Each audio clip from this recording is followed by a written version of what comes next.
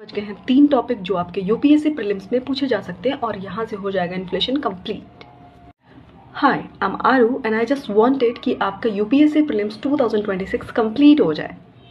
Inflation targeting इसको मैं नहीं पढ़ाऊंगी, it's very easy topic, notes upload कर दूंगी, please check out.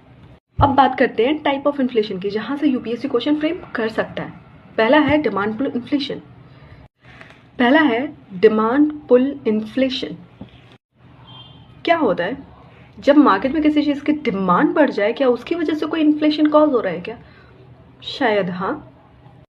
Festival demand बढ़े या गवर्नमेंट स्पेंडिंग बढ़े, चाहे कुछ भी हो, किसी भी वजह से मार्केट में बहुत ज़्यादा मनी फ्लो हो रहा है कि नहीं?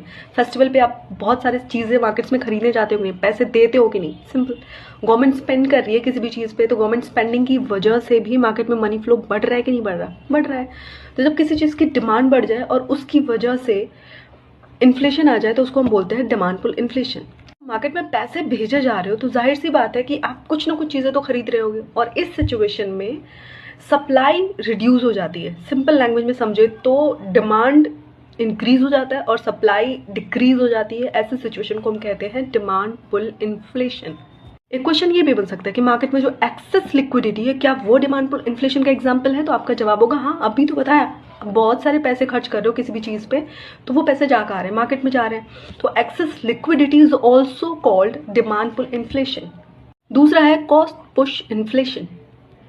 जब इनपुट का कॉस्ट बढ़ जाए तो उसको हम बोलते हैं कॉस्ट पुश इन्फ्लेशन। जैसे कि मान लीजिए कि हम कुछ भी प्रोड्यूस कर रहे हैं, लेकिन उसको प्रोड्यूस करने के लिए जो हमने रॉ मटेरियल लिया है वो इनपुट के रूप में हम इंक्लूड करेंगे, तो उसका अगर कॉस्ट बढ़ जाए तो उसकी वजह से जो हम प्रोडक्ट बनाएंगे उसका भी कॉस्ट बढ़ जाएगा। सिंपल लैंग्वेज में समझे कि अगर क्रूड ऑयल का प्राइस बढ़ रहा है तो उसकी वजह से जो हमारी कंट्री में इन्फ्लेशन आएगा वो हम कह सकते हैं कि ये एक कॉस्ट पुश इन्फ्लेशन है। एक कंफ्यूजिंग ट्रैप बन सकता है, क्या जो रूपी है अगर वो डेप्रिशिएट हो रहा है तो क्या ये कॉस्ट पुश इन्फ्लेशन है? हाँ है। जब हमारे रूपी की वैल्यू कम बढ़ जाएगी तो हमें ऑलरेडी जो भी हम सामान खरीदेंगे इनपुट में यूज करने के लिए वो भी तो महंगे हो जाएंगे हमारे लिए। तो हाँ, रूपी का डेप्रिशिएट होना भी कॉस्ट पुश इन्फ्लेशन कॉज करता है, यानी इम्पोर्टेड इन्फ्लेशन भी इसका एग्जाम्पल हो सकता है। लेकिन imported inflation is something different. मतलब जब हम किसी दूसरी कंट्री से कोई चीज़ खरीद रहे होते हैं और वो महंगी है, तो उसकी वजह से जो हमारी कंट्री में इन्फ्लेशन आता है उसको हम कहते हैं इम्पोर्टेड इन्फ्लेशन। इसमें भी अगर रूपी डेप्रिशिएट हो रही है तो उसकी वजह से भी इम्पोर्टेड इन्फ्लेशन कॉज हो सकता है। Don't be confuse. Monetary inflation है नेक्स्ट। क्या होता है monetary inflation? Excess growth in money supply, we call them monetary inflation.